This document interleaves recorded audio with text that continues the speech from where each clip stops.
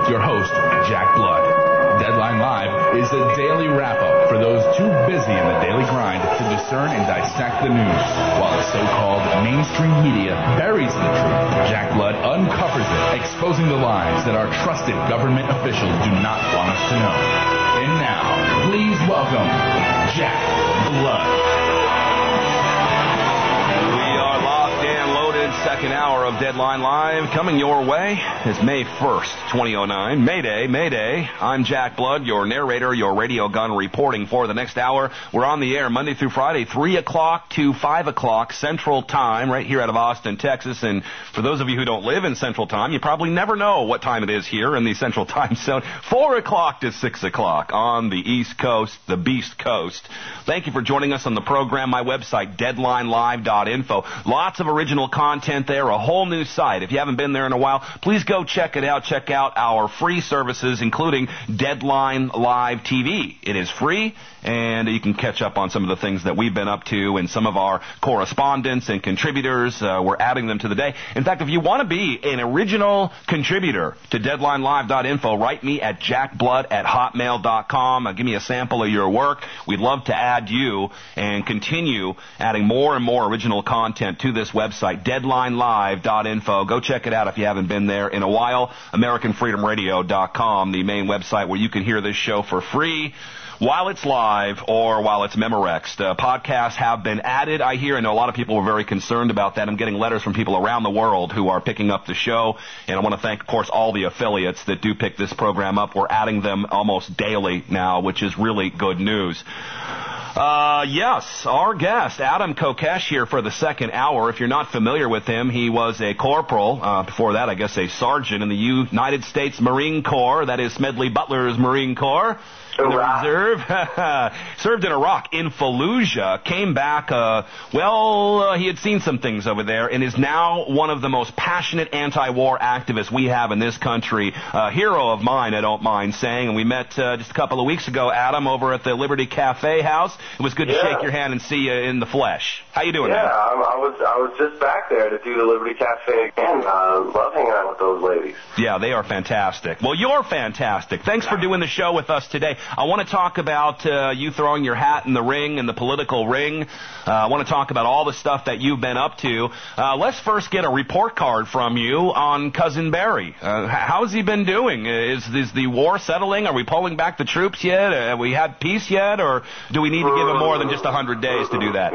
We have gotten one significant change in our foreign policy since Barack Obama was elected, and that is that his 16-month plan, which was originally the end the war plan, which was then a 12-month plan, which was then a 16 months with leaving a residual force of 50,000 troops indefinitely with an increased reliance on private contractor mercenaries, all living on private bases plan. We did get a change in that. It got pushed back to 19 months. That was the beginning of March when he met with generals on the ground who are the ones that we know really run our foreign policy. And you know what else happens in exactly 19 months from the beginning of March, right? I forgot, maybe. Tell me. The first midterm election of Barack Obama's presidency. Right. Yeah, that's right. And believe me, that's not a coincidence. Yeah. But in addition to that situation in Iraq, of course, we've got a surge in Afghanistan and a little mission creep there into Pakistan.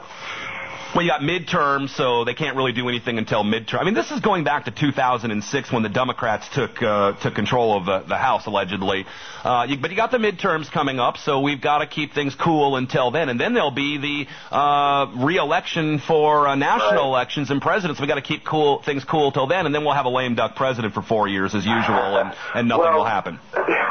You know, for a while, I used to say that what Obama's going to be doing is working to pick up his supermajority in the Senate. And you know what's scary is he might just have it now with Specter, changing alliances. Although, of course, he says he's not going to be rubber stamped. He's probably going to be the most powerful person in Congress by far. That is Senator Arlen Specter, now walking the line as that new 60th Democrat in the Senate. But as we know from the strategy that Pelosi herself laid out, they're going to get more power. It's not enough for them to have simple majorities. And Pelosi talked about that, I think, on her last book tour.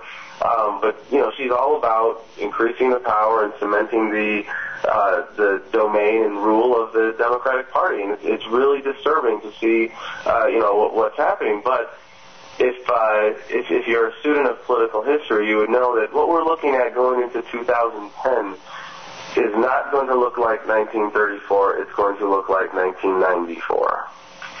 1934. FDR picked up seats for the Democratic Party because the Depression had been firmly blamed on Hoover by then.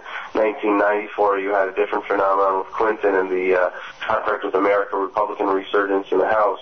And, I don't know if it's going to be Republicans that are going to be organized enough to capitalize on this, but there's going to be a dissatisfaction and a sway away from the mainstream Democratic line in 2010. Yeah, and then we'll naturally go back to we'll naturally go back then to the neocon training, I guess. I'm getting dizzy, Adam. I feel like I'm on a merry-go-round. As if the GOP would even filibuster, but just to not take any chances, they have filibuster proof. And of course, Arlen Specter, who helped cover up the Kennedy assassination in 9/11, is just the perfect choice for that.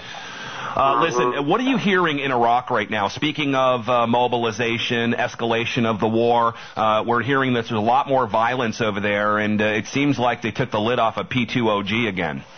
Quit paying off the terrorists or something. I used to think about how important it was to really keep up to date on the day-to-days in Iraq. And at some point you realize that it's the underlying premises that are the problem. It's not the day-to-day. It's the fundamental immorality of the occupation. And I've learned enough firsthand of the pain of that and the criminality of that. But, the last thing I heard out of Iraq was violence is up. We need to stay. And it was incredible for me to hear. It was while I was driving to Austin, actually, on the 10. I think I was driving to El Paso listening to NPR by accident. And heard, I think it was Michelle Norris talking about how violence is up in Iraq. And this is raising questions about the consequences of withdrawal. And it was mind-boggling to see all of the coverage, because I poked around a little bit after hearing that, because I thought it was so odd. You would expect either violence is up in Iraq, raising the clamor for withdrawal, or a change in strategy to lead to an end of the occupation at some point, at least. A la that shill group, Americans Against the Escalation in Iraq. If you can come up with a weaker name for it, but. You're right. It's mind-boggling to see now in this how the perspective has shifted to support the Democratic establishment, that now violence is up in Iraq, and they're arguing that and presenting that in the mainstream media as the reason why we have to stay there. I saw Mr. Rachel Maddow just seconds after Obama had allegedly won the election, and. Well, again, he has to be eligible to be president, but we'll go there in a bit, maybe. And the first words out of her mouth is, we've got to be tough on Al-Qaeda. We've got to go out and get Al-Qaeda and get the terrorists. Man, deja vu all over again. Well, just the idea of you taking in Rachel Maddow is enough to raise a good cackle out of me, man. Mr. Maddow. If I was in the room, I would not be watching the TV. I would just be watching you. No, and it would be entertaining because I use a lot of four-letter words. One of them starts with C. That's the word you can never say on the radio. But I'm sure you can think of words that start with a whole variety of different numbered letters to get involved when watching Rachel Maddow. She's a Rhodes Scholar. I don't know if you know what that means, but educated at Oxford thanks to Cecil Rhodes, like Bill Clinton. Where they train in that certain snootiness.